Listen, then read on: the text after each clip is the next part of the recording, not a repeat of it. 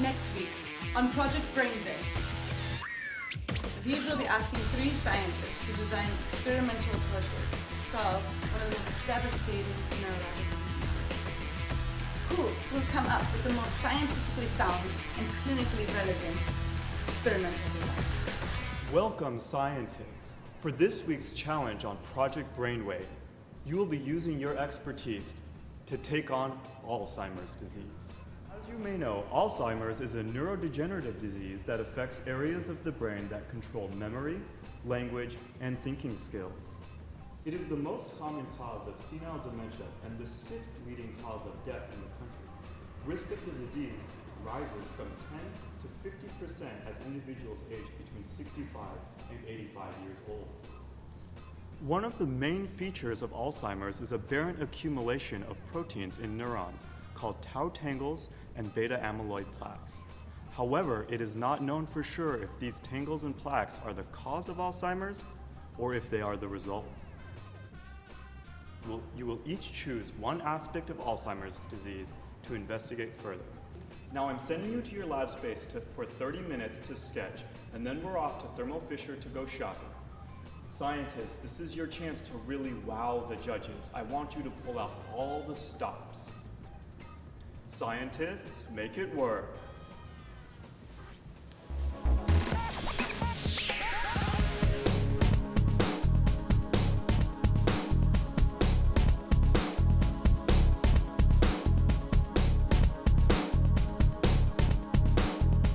My project will use vaccinology because vaccines are the best way to cure the disease. Alzheimer's, no different. Alzheimer's has too many risk factors and potential causes to effectively prevent it. But all patients form beta amyloid plaques in their brains. This is what we will target using the immune system.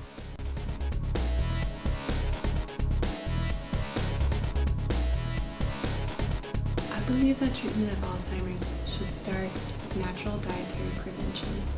Science focuses too much on treating disease after it happens. We should focus on treating our bodies like temples.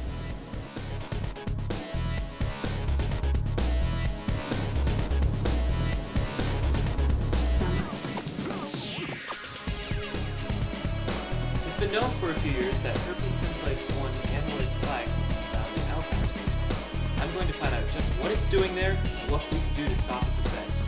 Who wants herpes and Alzheimer's?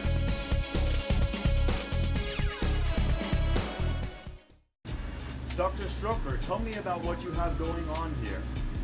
Well, it looks like HSV1 is causing all sorts of havoc in the brain. To make matters worse, if they have an ApoE4 variant, they could amplify the risk of developing Alzheimer's. Now, your science seems a little bit basic to me. Do you really think you can translate this into patient treatment?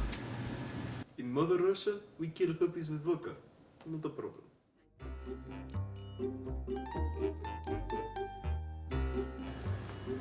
Dr. Virtue, tell me about your approach. Well, I am working on my vaccine.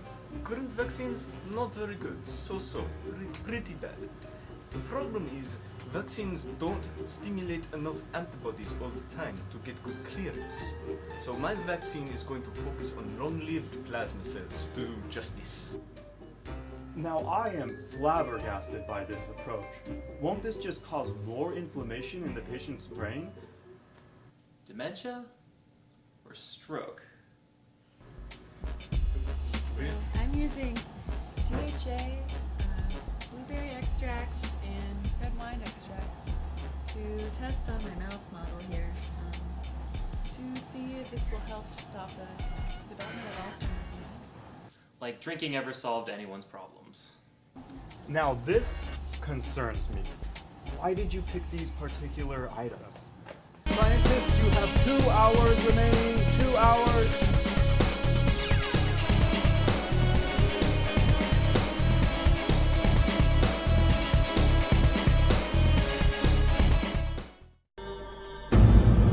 This Western blot needs more cleavage. I just don't see it. Not at all. This research does not address the millions of Americans currently suffering from Alzheimer's disease. These preliminary results are not making me optimistic about the potential.